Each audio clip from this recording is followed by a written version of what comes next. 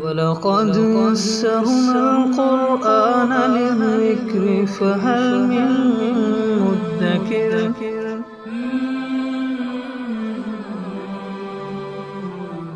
سورۃ النساء آیت نمبر 15 اعوذ باللہ من الشیطان الرجیم بسم اللہ الرحمن الرحیم واللاتی یأتین الفاحشۃ من نسائکم فاستشہدوا علیہن اربعۃ منکم فإن شہدوا فأمسکوہن فی البیوت حتی یتوفاہن الموت او یجعل اللہ لہن سبیلا واللذان یأتیانہا منکم فآذوہما فإن تابا وأصلحا فأعرضوا عنہما ان اللہ کان توابا رحیما واللاتی یأتین الفاحشۃ من نسائکم، تمہاری عورتوں میں سے جو عورت فاحشہ برائی کا ارتکاب کر لے یعنی زنا کر لے تو فاستشہدوا علیہن اربعۃ منکم، تو اپنے میں سے ان پر 4 گواہوں کو لاؤ، اور یہ 4 گواہ بھی مرد ہوں گے۔ اور یہ قید بھی اس لیے لگا دی تاکہ عورتیں کوئی اپنی ذاتی پرخاش کی وجہ سے خام خواہ دوسری عورتوں پر الزام نہ لگائیں، اور ظاہری بات ہے کہ اس خاص حالت میں 4 گواہوں کا پورا کرنا کوئی آسان نہیں ہے۔ تو یہ جہاں برائی کو روکا گیا ہے اس کے لیے سخت سزائیں مقرر کی گئی ہیں، وہیں اس چیز کا بھی راستہ روکا گیا ہے کہ کوئی ذاتی رنجش کو اس ذریعے سے پورا نہ کرے، لہذا یہاں تک احکام سخت ہے کہ اگر 3 گواہ لے کر جاتے ہیں تو گواہی کا عدد پورا نہیں ہوتا تو ان تینوں کے اوپر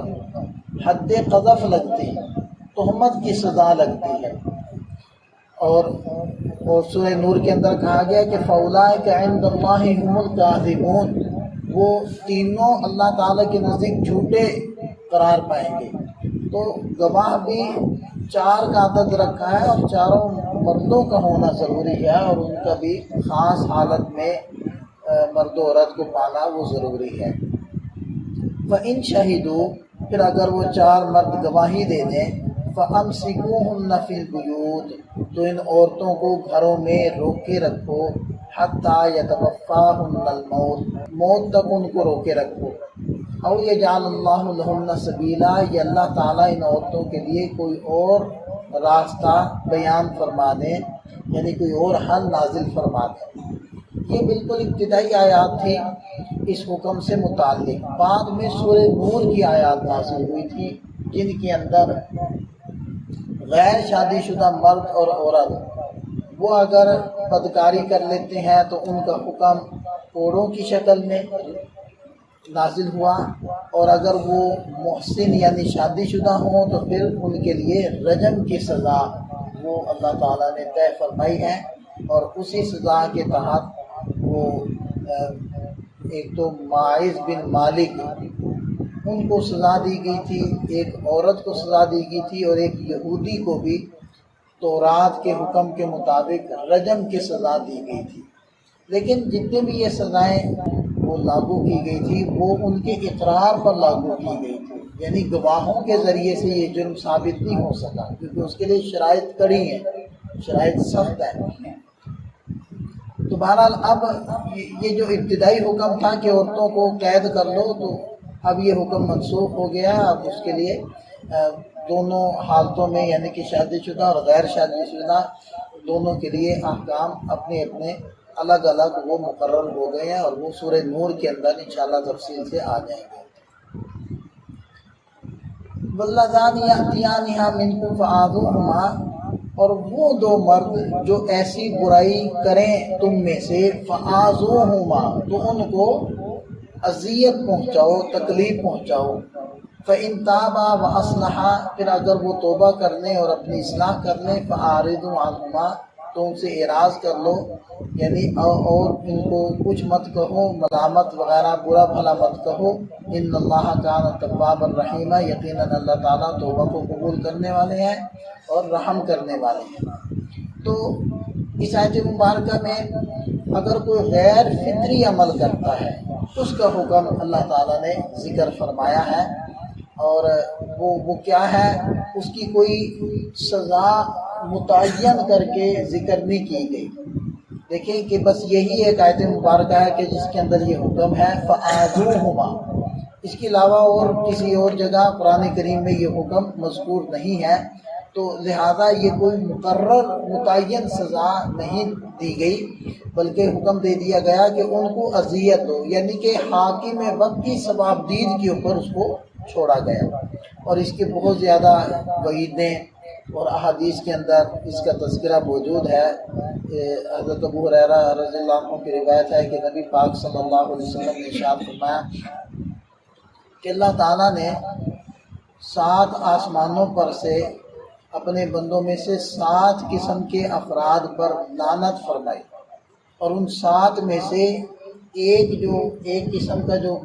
فرد ہے اس پر 3 مرتبہ لعنت فرمائی، اور وہ پھر آپ علیہ السلام نے ارشاد فرمایا وہ شخص ہے جو قوم لوط والا عمل کرے، وہ شخص ہے جو اس قوم والا عمل کرے، یعنی اور 3 مرتبہ آپ علیہ السلام نے یہ بات ارشاد فرمائی۔ اسی طرح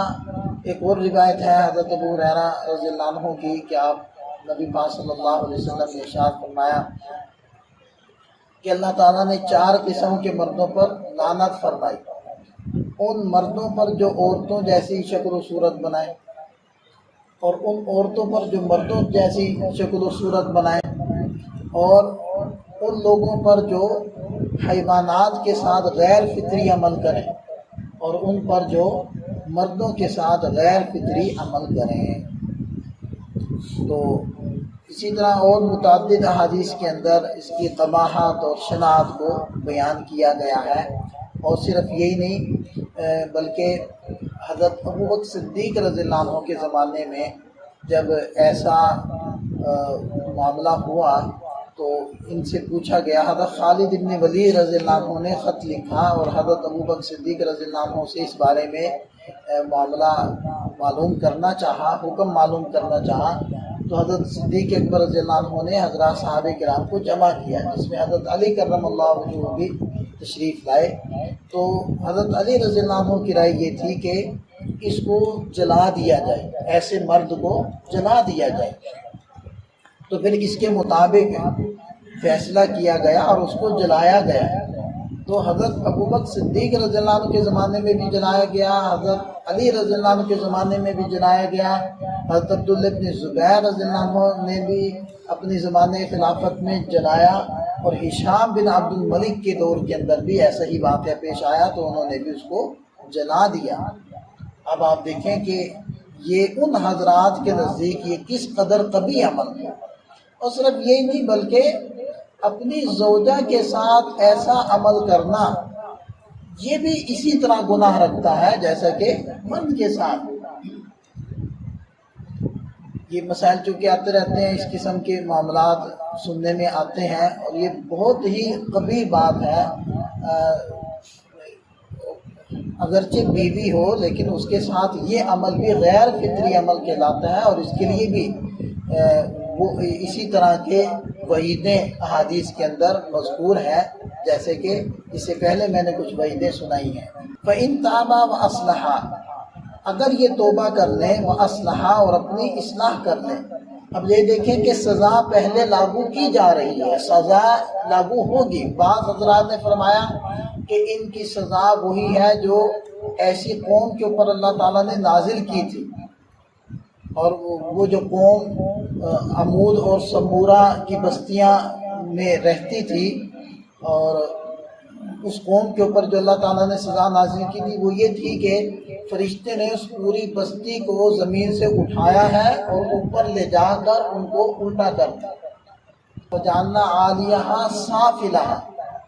ان کے اوپر کو نیچے کر دیے، کیونکہ انہوں نے جب الٹا کام کیا تو ان کے اوپر سزا بھی ایسی لاگو کی گئی، اور ان کے زمین پر گرنے سے پہلے ان کے اوپر پتھر برسائے گئے، پتھر نازل ہوئے جو ہر پتھر پر اس بندے کا نام لکھا ہوا تھا جس کو اس نے لگنا تھا۔ تو اس لیے ائمہ فرماتے ہیں کہ ایسوں کی سزا یہ بھی ہے کہ ان کو دیوار کے نیچے کھڑا کر دیا جائے اور دیوار اوپر سے گرائی جائے، کیونکہ ایسی ہی سزا اللہ تعالیٰ نے دی تھی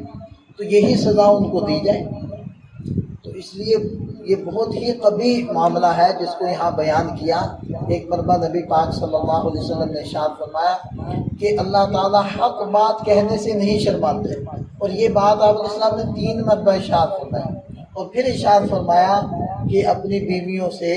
غیر فطری عمل مت کرو۔ اور اسی طرح ایک اور حدیث پاک میں آتا ہے کہ جو شخص حالت حیض میں یعنی مخصوص ایام میں اپنی زوجہ کے سے مقاربت اختیار کرے یا غیر فطری عمل اپنی زوجہ سے کرے، یا وہ کسی کاہن کے پاس جائے، یعنی یہ جو غیب کی خبریں بتا رہے ہوتے ہیں، فٹ پاتھوں کے اوپر بیٹھے ہوئے لوگ، یہ کاہن مراد ہے، تو فرمایا اور اس کی وہ باتوں کے اوپر یقین کرے تو اس نے اس دین کا انکار کر دیا جو اللہ نے محمد صلی اللہ علیہ وسلم پر نازل کیا تھا۔ دوبارہ ارشاد فرمایا کہ فَإِن تَابَا وَأَصْلَحَا، یہ سزا ان کے اوپر لاگو جو بھی کرنی ہے وہ کر دینے کے بعد اگر وہ توبہ کر لیں، اپنی اصلاح کر لیں، فَأَعْرِضُوا عَنْهُمَا، تو اب ان سے اعراض کرو، یعنی ان کو برا بھلا مت کہو، إِنَّ اللَّهَ كَانَ تَوَّابًا رَحِيمًا، کہتے ہیں اللہ تعالیٰ بہت زیادہ توبہ کو قبول کرنے والے، رحم کرنے والے ہیں۔ اللہ تعالیٰ سمجھ عطا فرمائے، عمل کی توفیق عطا